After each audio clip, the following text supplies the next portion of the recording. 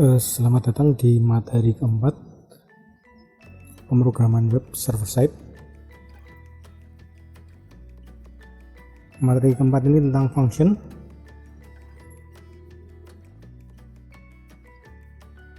Dalam PHP dan juga dalam semua bahasa pemrograman lainnya ya, itu ada fungsi built-in dan fungsi user defined.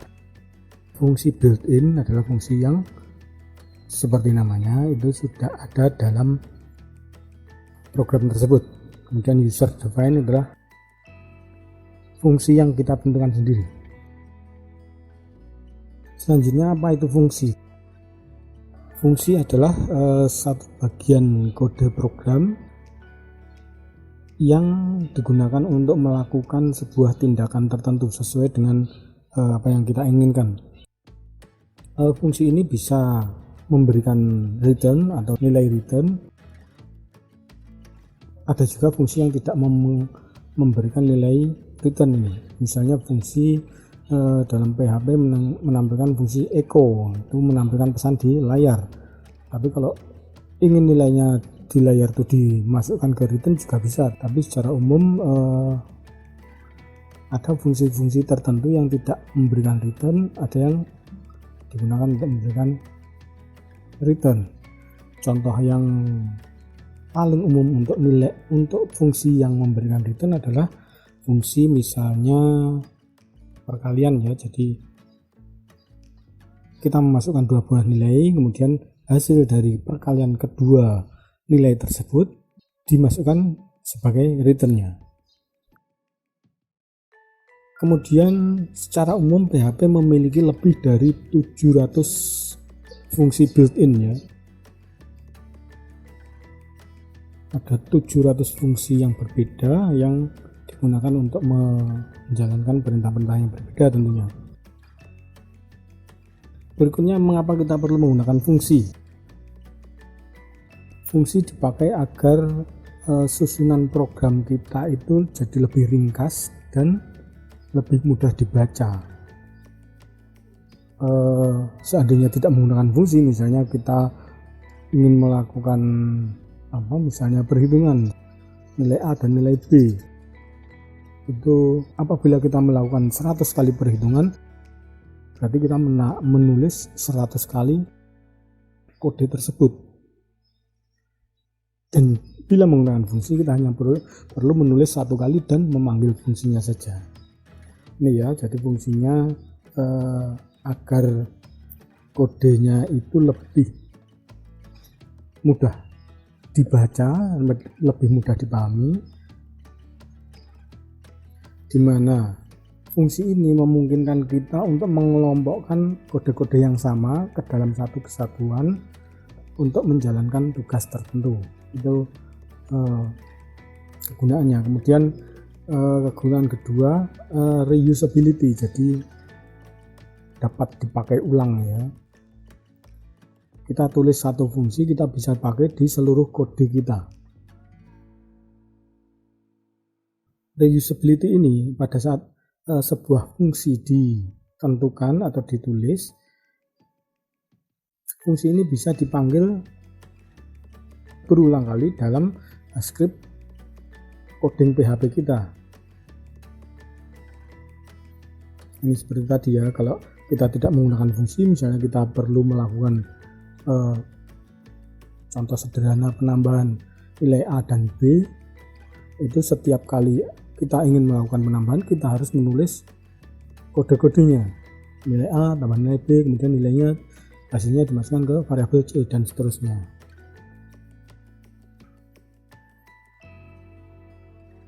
Contoh fungsi lain yang paling banyak dipergunakan khususnya dalam PHP ya adalah fungsi user defined ya. Kita pakai untuk menghubungkan Apache dengan database kita. Jadi sudah ada fungsi-fungsinya seperti ini. Coding yang perlu ditulis seperti ini untuk menghubungkan database, untuk memasukkan username, memasukkan password, kodenya seperti ini. Kita tinggal tulis fungsinya, kemudian kita panggil fungsinya apabila ingin menjalankan koneksi dengan database tersebut. Kemudian kegunaan ketiga adalah Maintenance-nya mudah. Maintenance itu pemeliharaan kode program ya, pemeliharaan kode program. Jadi kalau kodenya ingin ditambahkan, misalnya fungsi penambahan A dan B itu ternyata kodenya masih kurang, misalnya harusnya penambahan 3 nilai A, B, dan C, itu tinggal kita ganti aja fungsinya menjadi untuk inputnya parameternya 3 A, B, C, kemudian nilainya D misalnya. Dan apabila tidak menggunakan fungsi, kita harus mengubah semua coding yang menggunakan perintah tersebut. Misalnya kita bikin fungsi penambahan itu 100 kali, kita berarti harus mengubahnya juga sebanyak 100 kali. Itu penggunaan fungsi. Kemudian built-in function yang seperti tadi ada 700 lebih. Saya tunjukkan beberapa aja. Yang pertama adalah fungsi yang berkaitan dengan string. Fungsi pertama adalah str to lower, string to lower ya. Jadi dari namanya aja sudah kita bisa memperkirakan fungsinya kegunaannya untuk apa. str to lower itu mengubah semua karakter dalam string menjadi huruf kecil. Misalnya kita ingin memasukkan username, kadang orang memasukkan username dengan huruf besar di awal kata, setiap kata, karena memang ketentuannya seperti itu. Tapi kalau kita ingin memasukkan database dan database itu tidak memungkinkan, tidak membolehkan kita memasukkan karakter dengan huruf besar, kita bisa menggunakan fungsi ini. Kemudian yang kedua, str to upper, seperti namanya juga mengubah semua karakter dalam string menjadi huruf besar. String to lower dan string to upper ini juga mungkin buat jagani, bahasa Jawanya itu jagani. Kalau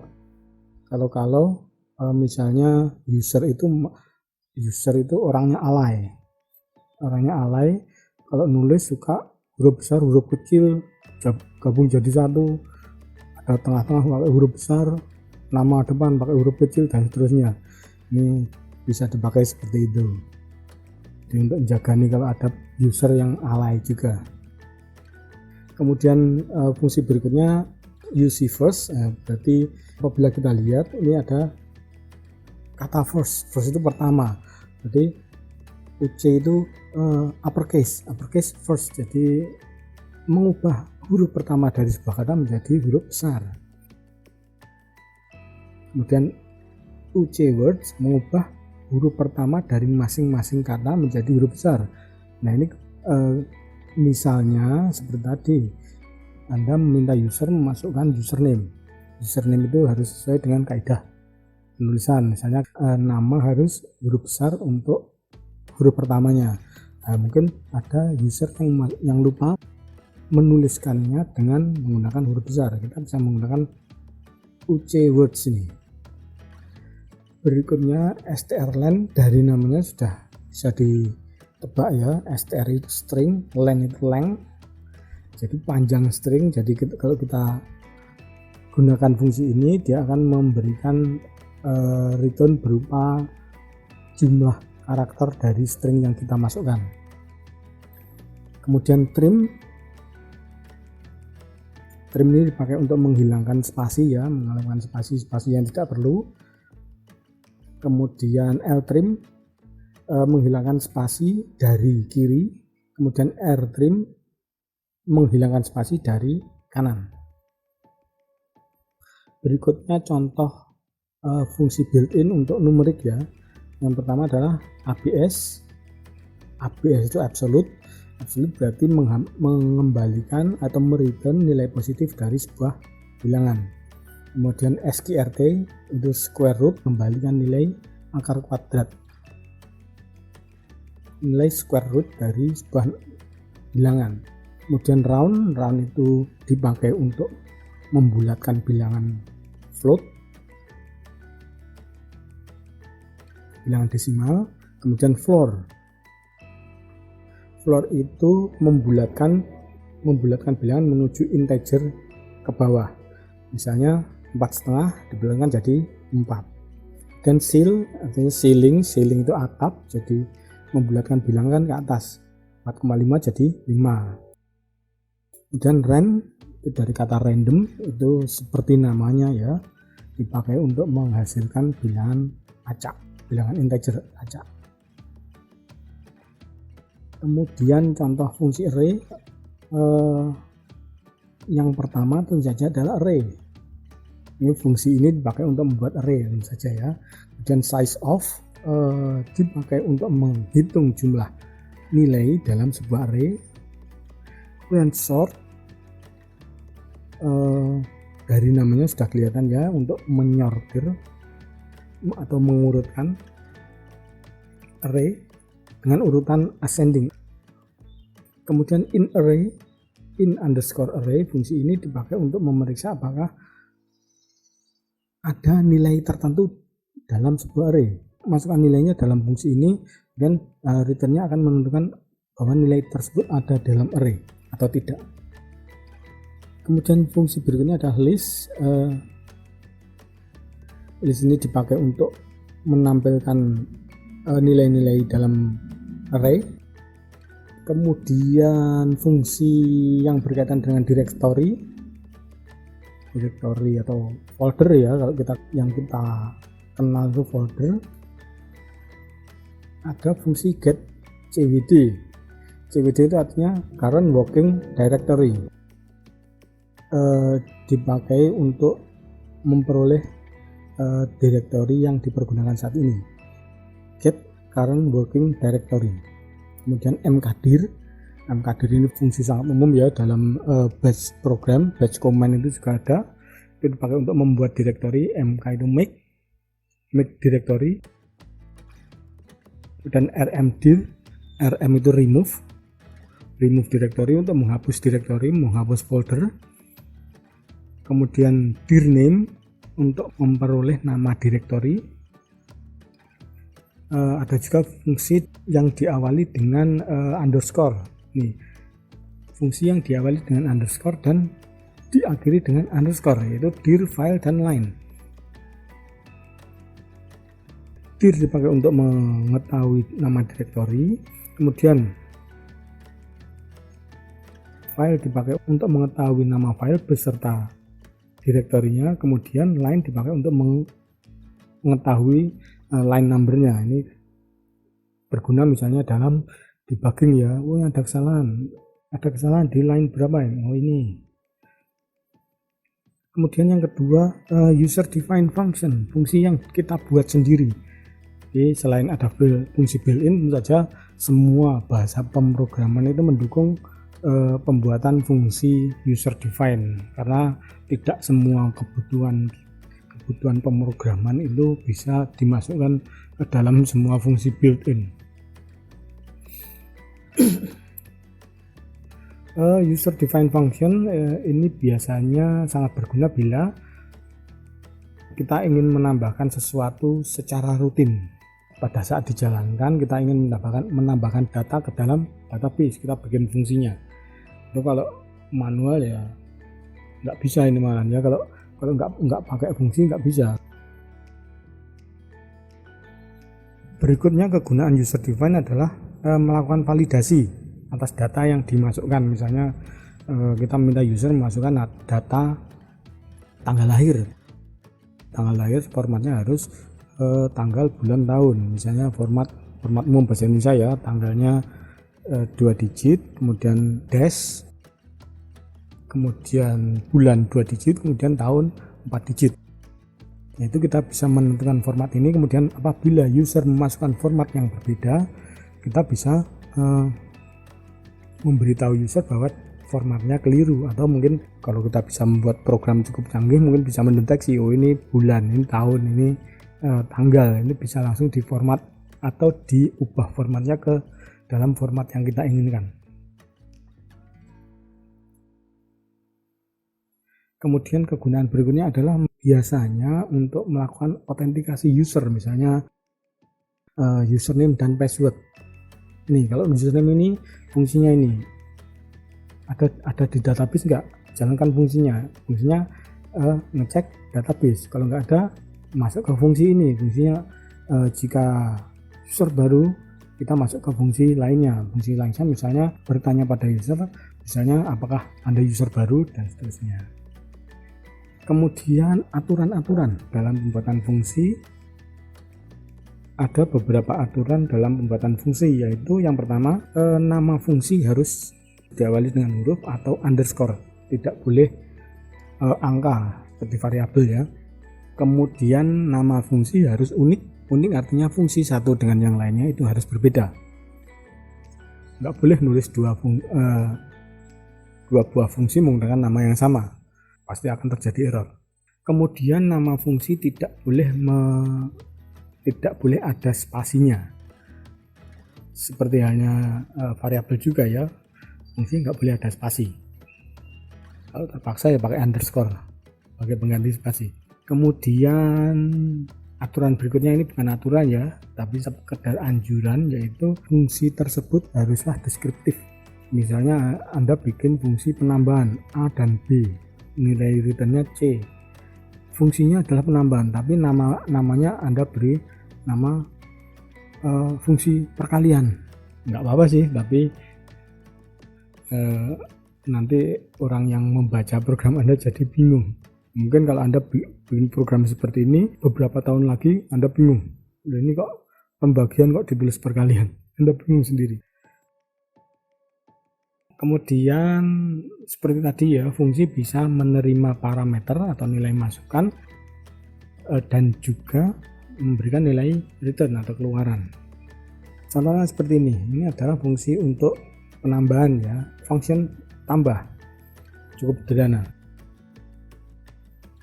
Keyword function ini memberitahu PHP bahwa Anda mendefinisikan sebuah fungsi baru yang tidak ada dalam PHP. Kemudian fungsi tambah adalah nama fungsi yang akan dipanggil pada saat kita menggunakan fungsi tersebut. Kemudian kurung buka kurung tutup dipakai untuk melewatkan parameter atau memberikan masukan pada fungsi. Kemudian echo adalah fungsi yang dijalankan. Ini sederhana. Tentu saja kita bisa menunjukkan fungsi yang rumit. Saya pernah lihat ada fungsi yang satu fungsi itu hampir 2 halaman. Dalam fungsi-fungsi itu dia memanggil fungsi-fungsi lainnya. Kemudian untuk contoh fungsi yang menggunakan parameter atau masukan atau menerima nilai, itu kita bisa menggunakan contoh yang tadi. Misalnya kita ingin menulis fungsi yang mencetak username di screen, di layar komputer, kita bisa menuliskan seperti ini. Function tampilkan nama, kemudian echo nama, halo, variabel nama, kemudian di sini kita panggil fungsinya, tampilkan nama, kemudian kita isikan namanya. Pada saat dipanggil, fungsi ini akan mengganti variabel nama dengan nama yang kita masukkan. Di sini variabel nama adalah sebuah parameter, dan pada saat buat pertama kali itu tidak ada isinya, kosong. Kemudian jika user itu menggunakan fungsi ini tanpa memasukkan nama, maka hasilnya juga kosong.